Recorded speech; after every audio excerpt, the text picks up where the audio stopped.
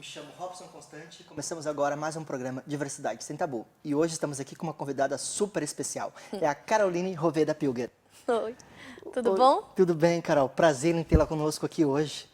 Então, eu quero que tu seja muito bem-vinda, que tu se sinta à vontade. E eu quero que já de antemão eu te digo que esse programa não tem tabu para falar sobre qualquer assunto. Então, sinta-se à vontade. Obrigada. É um prazer estar aqui, né? Reencontrar o Robson, que é um colega de longa data. Sim. Fomos colegas na Fevale durante mestrado, doutorado. Então, é um prazer imenso esse teu convite. Muito obrigada. Eu que agradeço ter aceito e será sempre muito bem-vinda a ver esse programa para falar da diversidade como um todo, né? Então, tem muita coisa para se trabalhar, principalmente a gente que trabalha com pesquisas acadêmicas, então esse lugar também pode ser de trocas. Com certeza. Então, gente, a Carol, né? Ela é jornalista, ela é mestre em manifestações culturais pela Fevale e ela é doutora, recente doutora em comunicação pela URGS.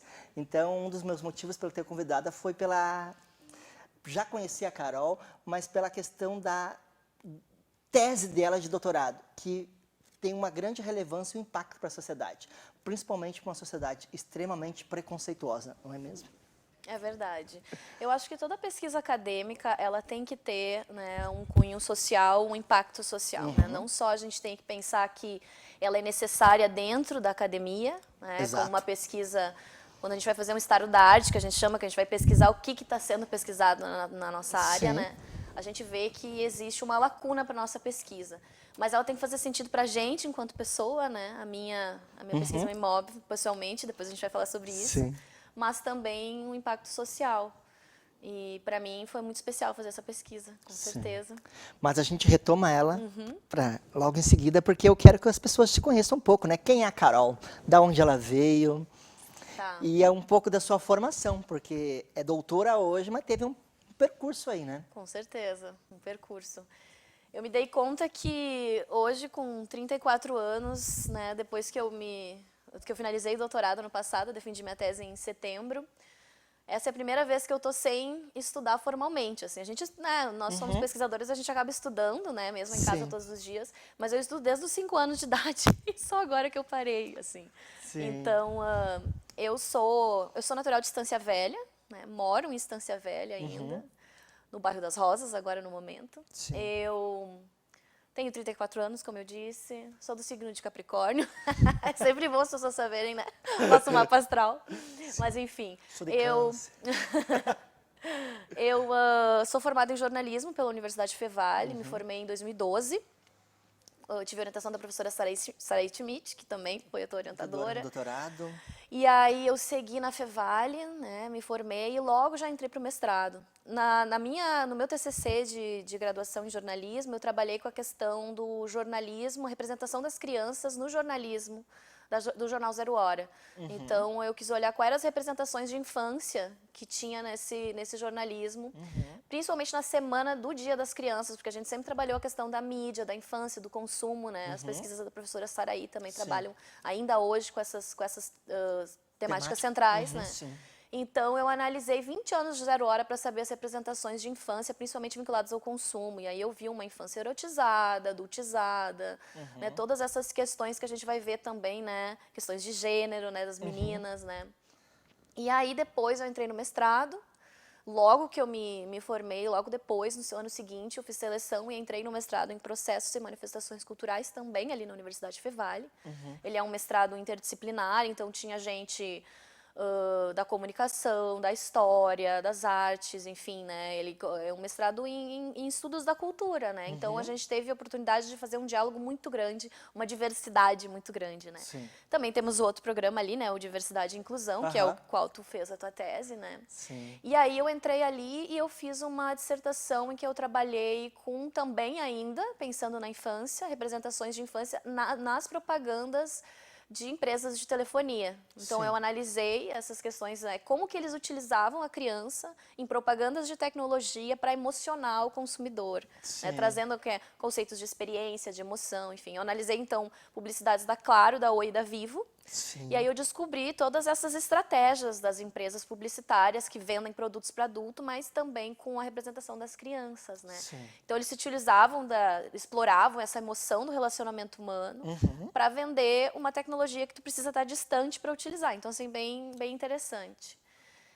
E aí então depois, né, eu até fiz um período de doutorado na Fevale. E aí eu senti que eu precisava voar um pouco, sair um pouco ali da Fevale em si, assim. E fui muito incentivada também pela professora Saraí.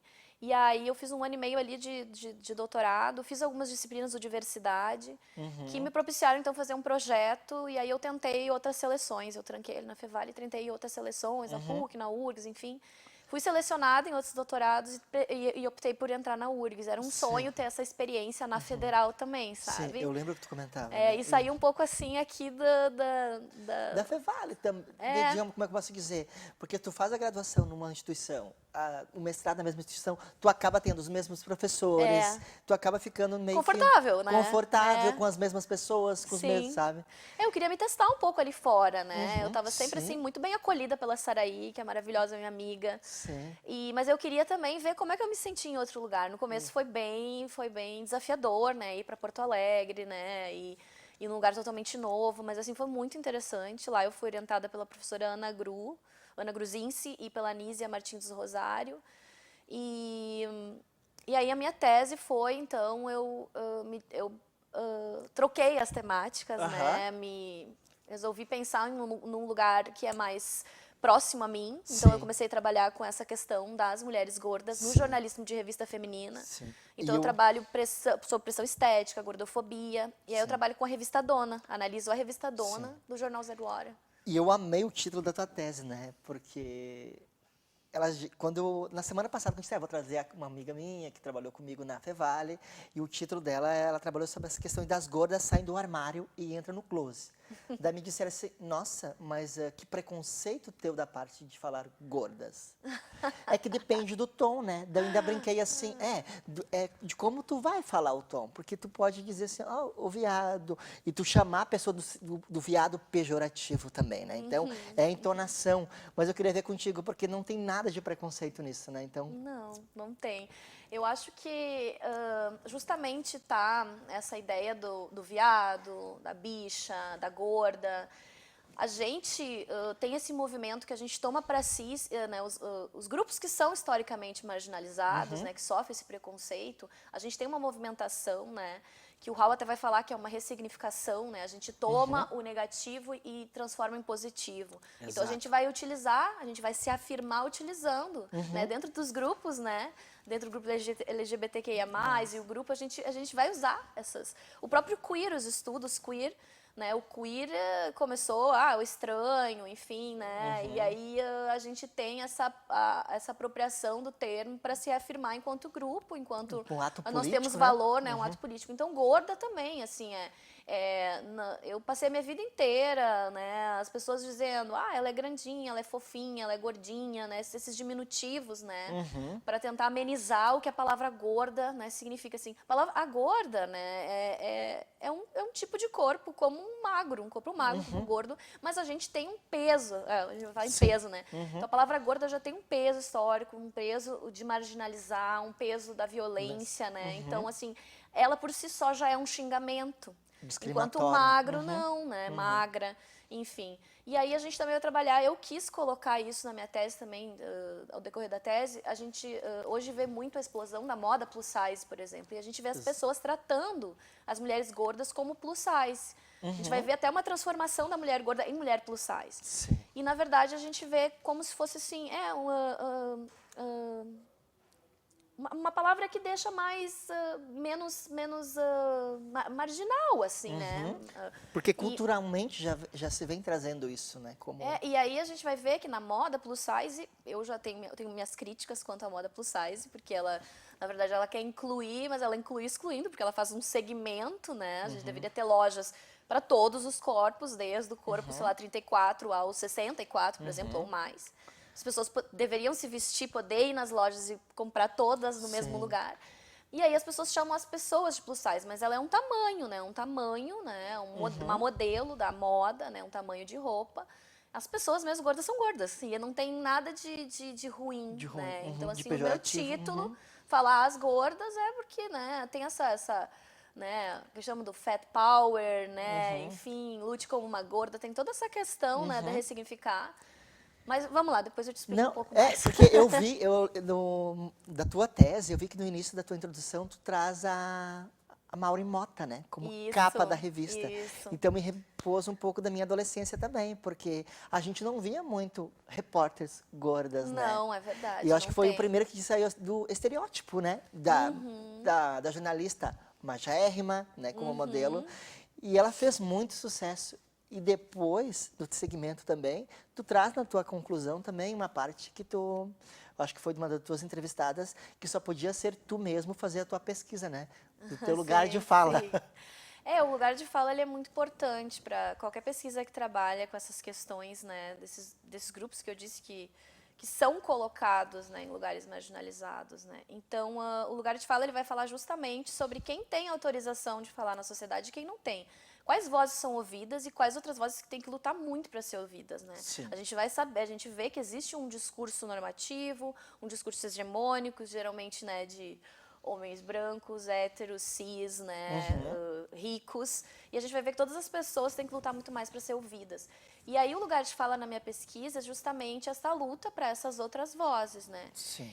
Não quer dizer que uma pessoa, por exemplo, não quer dizer que porque uma pessoa magra não pode lutar junto contra a gordofobia, ou eu branca, eu devo ser antirracista, né?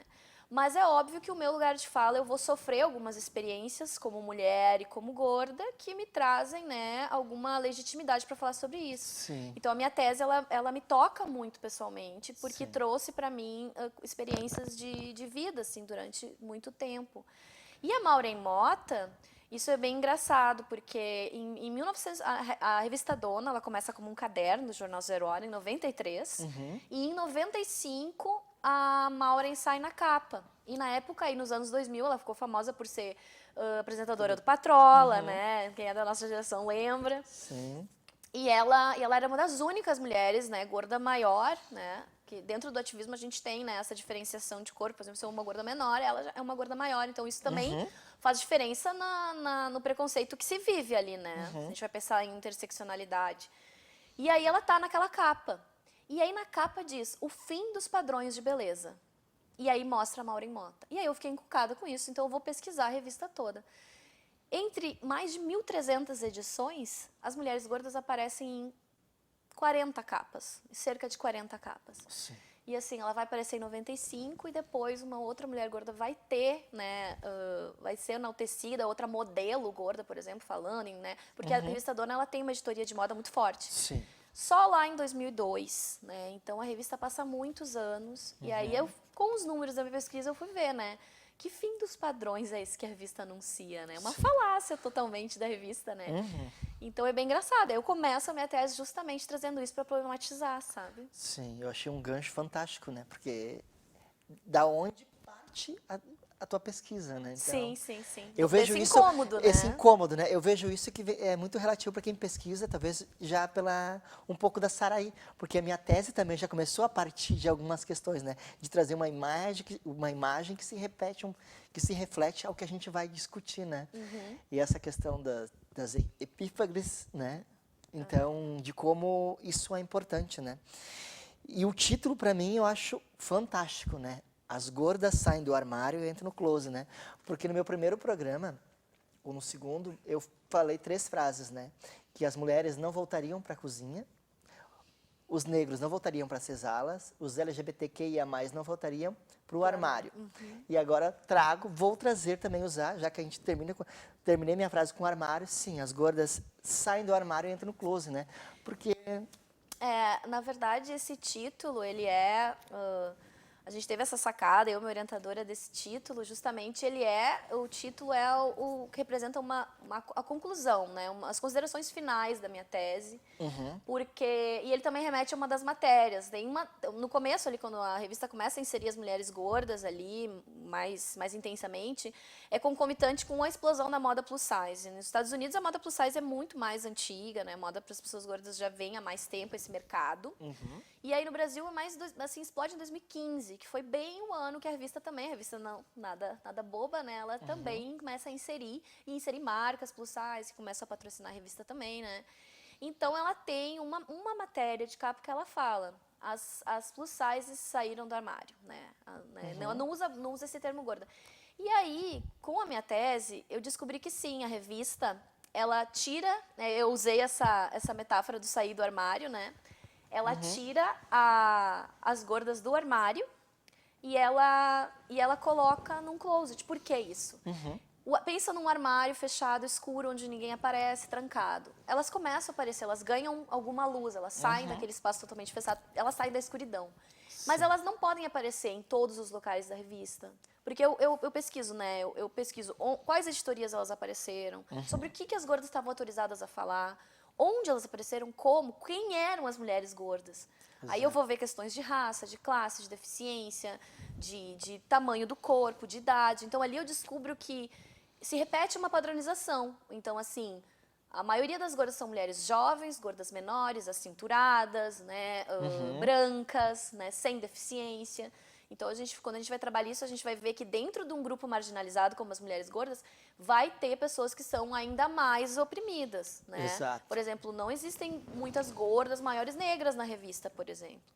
E aí, com esse título, eu trago essa questão dessa metáfora. Elas entraram no closet, que é um espaço um pouco maior, que tem iluminação, mas elas estão enquadradas. Então, assim, onde elas mais aparecem é na coluna da Tamires Tancredi, que é uma jornalista gorda, que trabalhava na revista Dona, e eu acho que, assim, ela é a grande responsável pelas pautas. Talvez se ela não existisse na revista, a gente nem veria tanta mulher gorda na revista, Sim, sabe? iria demorar ainda mais para ter essa visibilidade dessas 40 e poucas capas. São 40 e poucas capas, assim, sim. mas dentro da revista tem mais espaços, né? O espaço de vitrine, que eu chamo, né? Que a capa é um espaço, né, de grande valor. Elas aparecem em alguns momentos. E a revista celebra muito esse, né? Como...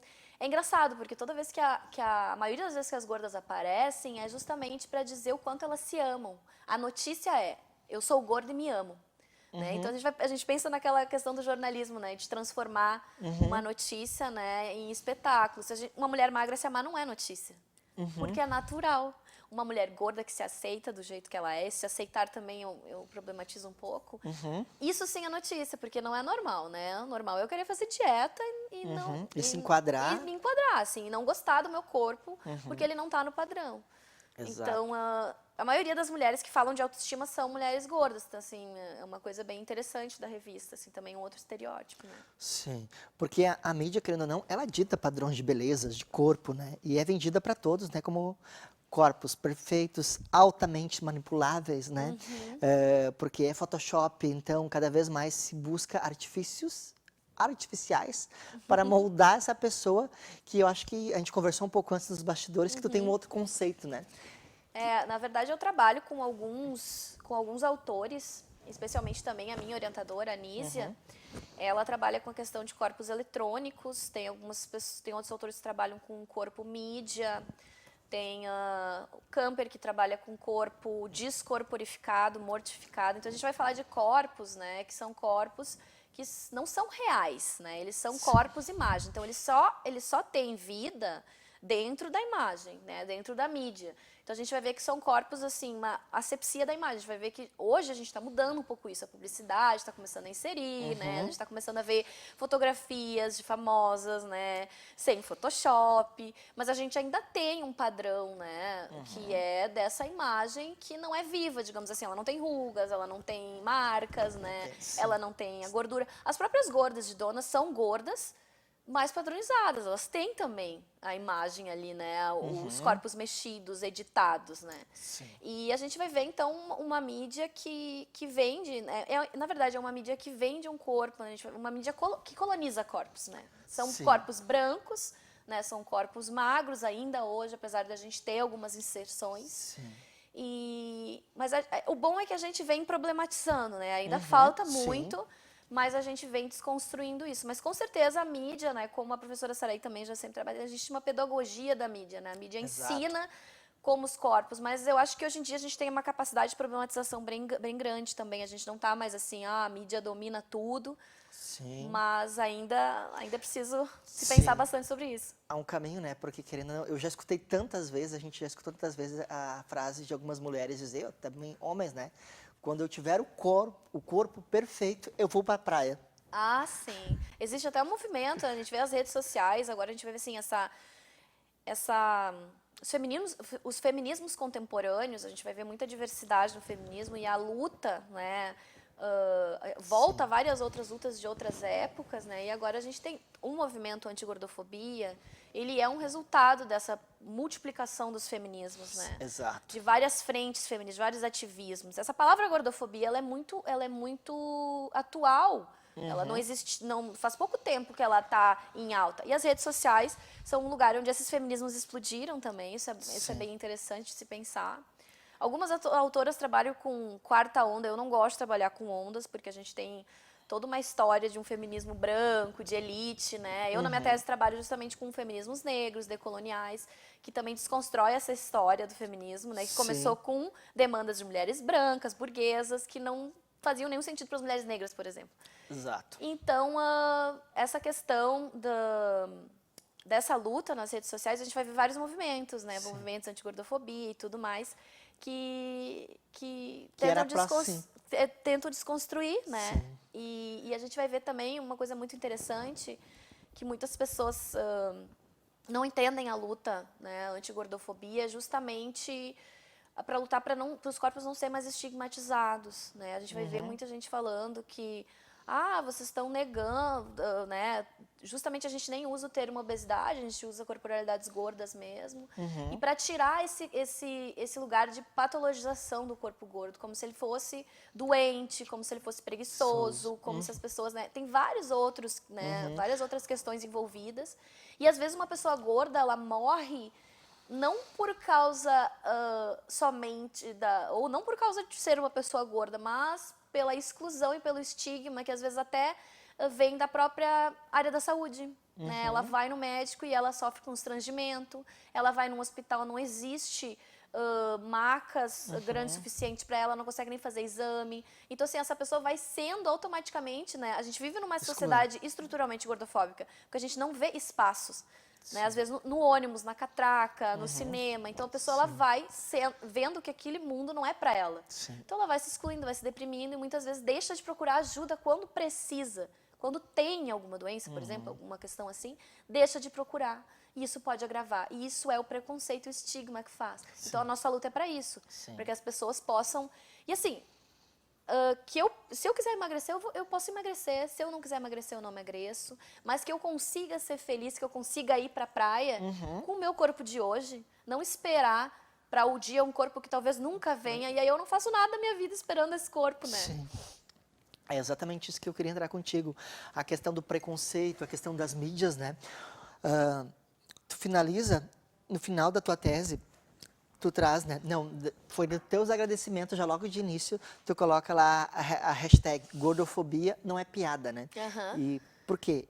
Às vezes as pessoas morrem, porque isso também causa uma certa ansiedade e depressão nas pessoas, né?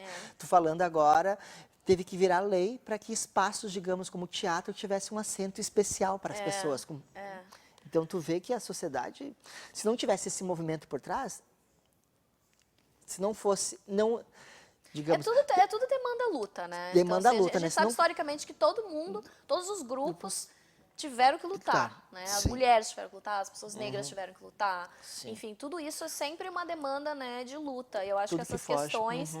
E aí a gente está nisso, como pesquisadora, a gente tem esse papel, né, de instigar essas discussões, de problematizar. E a nossa pesquisa ela não pode ficar só na academia, nessa bolha, na gaveta. Ela tem que ter esse espaço aqui, por exemplo, dessa conversa, ela é muito importante para a gente conseguir tirá-la de dentro da universidade, nossas pesquisas, e mostrar que a gente tenha em alguns lugares, né, muitas pesquisas acadêmicas geraram leis, né, então, assim, é muito importante a gente ter essa conexão com a sociedade, né. Sim. Carol, infelizmente a gente está indo já para finalizar o programa de hoje. A gente teria muito mais assunto para falar. Eu queria que tu falasse um pouco rapidamente da questão do grupo de estudo, né? Pesquisa Gorda. Eu acho que tu tem até um recado para deixar, né? Sim, também. Eu participo de alguns grupos, né? Eu continuo vinculada aos grupos de pesquisa, mesmo tendo finalizado o doutorado, né? Eu participo, então, de 3 grupos de pesquisa, que é o Corporalidades, que é o grupo da URGS mesmo, né? Sim. Coordenado pela professora Anísia Martins do Rosário. Ali a gente trabalha, justamente como o nome diz, né? Com as questões das corporalidades, tem gente de tudo que é área. Eu estou também no grupo de estudos da professora Saraí, que é Criança na Mídia. Né? Voltei esse ano para o grupo, agora que eu estou mais né, descansada. E eu estou também no grupo de pesquisa, Pesquisa Gorda. Ele é um grupo de ativistas, né? Ele não é vinculado a nenhuma universidade específica. É um grupo de estudos transdisciplinares das corporalidades gordas do Brasil. Sim. E aí a gente chama de Pesquisa Gorda, e ali tem gente de tudo que é lugar do Brasil, né? A gente também tem conexão com o ativismo, né, da América Latina. E aí a gente tem gente... Eu fui convidada a ser coordenadora do grupo por causa da minha pesquisa, então eu represento a área da comunicação, do jornalismo, tem gente da filosofia, das artes, da psicologia, Que bacana. né, da educação, da literatura, a gente tem, então, do direito também. Sim. Então, a gente vai ter um grupo bem diverso, uma diversidade ali para trabalhar. Sim. E agora, né, pela primeira vez, a gente está organizando um congresso, que é o primeiro congresso Pesquisa Gorda, estudo, ativismo e arte. Então, a gente vai tentar também romper essa bolha acadêmica, não trazendo só pesquisa, o que é muito importante também, mas ativistas, artistas. A gente vai ter apresentações também. E aí a gente vai ter esse tripé, a gente vai conversar academia, ativismo e arte, que eu acho que tem muito a ver, assim. Nossa, tudo a ver. Quem pesquisa nossas pesquisas, por exemplo, a gente tem um viés, né, ativista. Eu me considero uma pesquisadora feminista ativista, então. Sim. E esse congresso, então, infelizmente, as inscrições de trabalhos já encerraram, mas as inscrições para participar ainda estão abertas. Que né? bacana. Vai acontecer o dia 8, 9 e 10 de setembro, online. E para ouvinte, ele custa R$30, então, assim, Muito bem de acessível. boa, bem acessível. Isso também foi uma preocupação nossa, Sim. né? A gente também distribuiu bolsas, né, para quem precisava. Sim, que bacana. E aí eu posso depois passar também o endereço, Sim. enfim, ele vai ser totalmente online. E procurem a gente, né, no Instagram. Isso, eu ia te dizer, puder passar os Instagrams de vocês. Assim, os 3 grupos de pesquisa, né, o @pesquisa gorda, @corporalidades, _ e tem o @criança na mídia. Sim, bacana. Carol, muito obrigado pela tua entrevista hoje aqui. Te agradeço imensamente por ter aceito. A gente tem muito mais coisas para debater e eu acho que vai surgir outras oportunidades para a gente vir aqui e conversar novamente, né? O meu Instagram é Robson Constante. Me procure, me mandem dúvidas, sugestões, críticas, pautas para o programa, né? E como frase final, o que eu tenho a dizer para vocês? Amem-se do jeito e o corpo que vocês tenham. Ame suas cicatrizes, suas curvas, sua celulite, suas pelancas por vezes. Amem-se e não esperem um corpo perfeito para ir à praia ou para ir em qualquer lugar. Se aceite e saibam que nós podemos estar em qualquer lugar, independente do que as pessoas pensam ou possam por vir falar. Então, vamos se amar mais e muito obrigado pela presença de todos hoje e até o próximo programa.